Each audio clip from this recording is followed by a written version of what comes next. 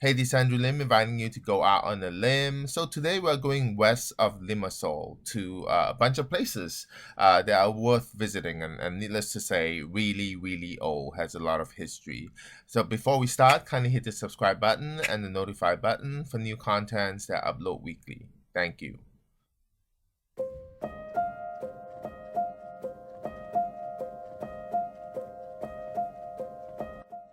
So actually one thing popular about this place is the Commandery wine, which is a dessert wine that's allegedly is the oldest wine in the world. So it was created here at Kolossi Castle. Don't think we can actually taste it here, but we can taste it at the wine museum down the road. So I'm really excited about that. But first, come go out on the limb with me in Kolossi Castle. We're gonna go right in and climb to the top. So the first stop was Kolossi Castle. So this castle, honestly, there's actually not a whole lot to see. It's 700 years old. It's the birthplace of the world's oldest wine, which is the Commandaria wine.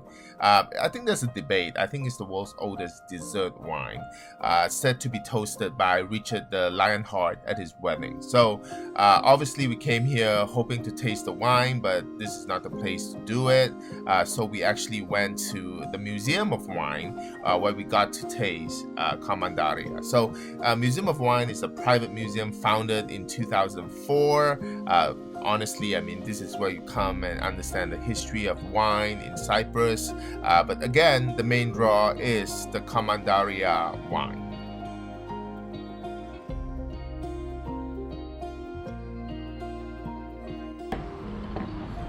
Finally tasted Commandaria, 5,000 years old.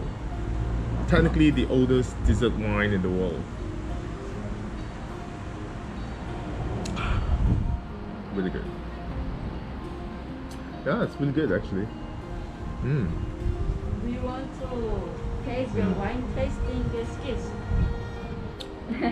Wow, I'm pretty bad with wine tasting skill, but I read so much about Commandaria. So I came here, was like, I gotta just try this Commandaria.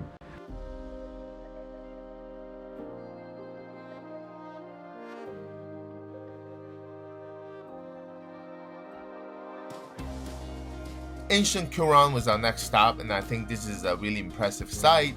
This is where the archaeological remains of Kourion can be found. In fact, today I think they're still excavating a lot of stuff because previous excavations have actually unearthed many significant finds. And east of the theater are the remains of the prominent building, the House of Eustolios, which was originally a private villa and was turned into a public recreation center. And of course, you'll find Roman baths here as well. But the view is simply spectacular. So the most magnificent centerpiece here is the Greco-Roman theater, which was built in the 2nd century BC.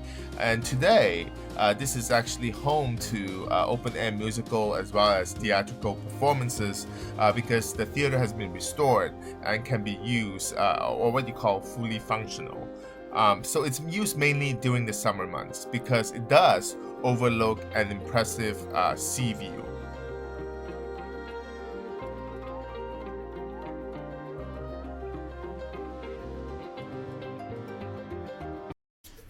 So we're gonna go check out the birthplace of the goddess of love, some rocks. But apparently, I think there's a different version of the story where there's an army who's trying to fight off his attackers and just threw the rocks into the water.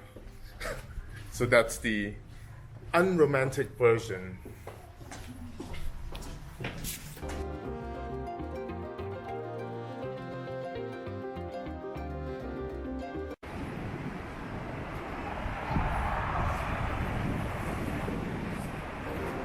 The Aphrodite Rock is a landmark located off the shore along the main road from Paphos to Limassol.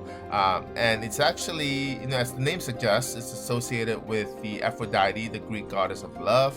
According to legend, this is where the goddess was born. So if you buy into that legend, you love this place. I mean, legend aside, I mean, it's really a relaxing place where you come and see the strong waves hitting against the rock. But it's actually worth visiting.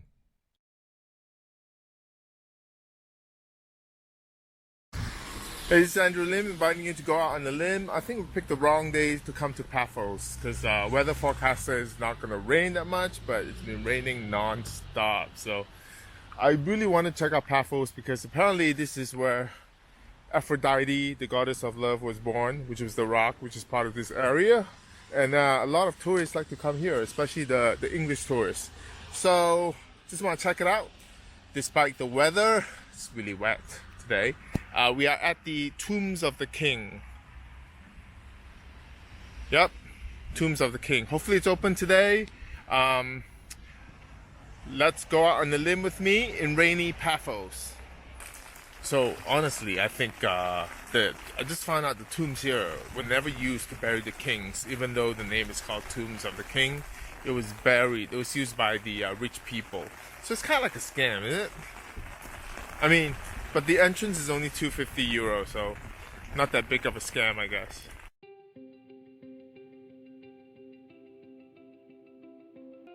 The underground tombs, many of which date back to 4th century BC, are actually carved out of solid rock and thought to have been the burial sites of aristocrats as well as high officials, but not kings. And especially, I think it's a bit creepy if you come here when it's raining. So yeah, creepy.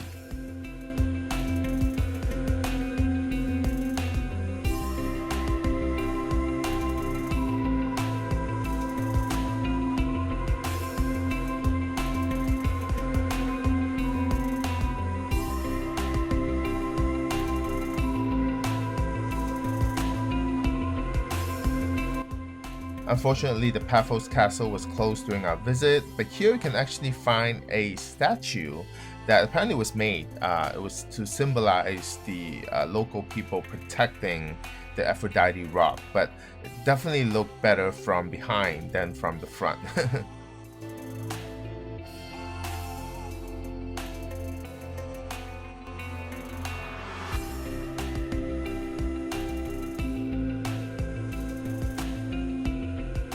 So the Paphos Archaeological Park, especially the part that is Neo-Paphos, which means New Paphos, a section of the coastal city, are still under excavation and can unearth many historical finds.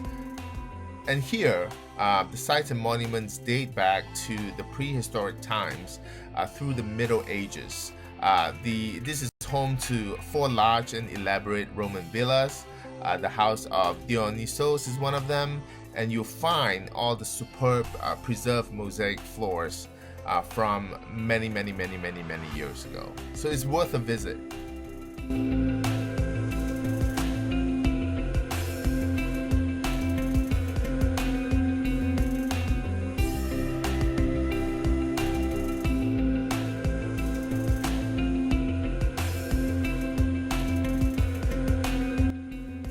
So there's also a historic city center here in Paphos, and it's among the best or the most charming places to walk around and explore. Here you can actually dine outdoors on sunny days, that is, watch the sunset, shop at Kennedy Square, as well as Makaru Avenue, which is known for their boutiques and farmers market. So if you actually go west of Limassol, there's actually a lot of history to explore. It's definitely worth a day trip.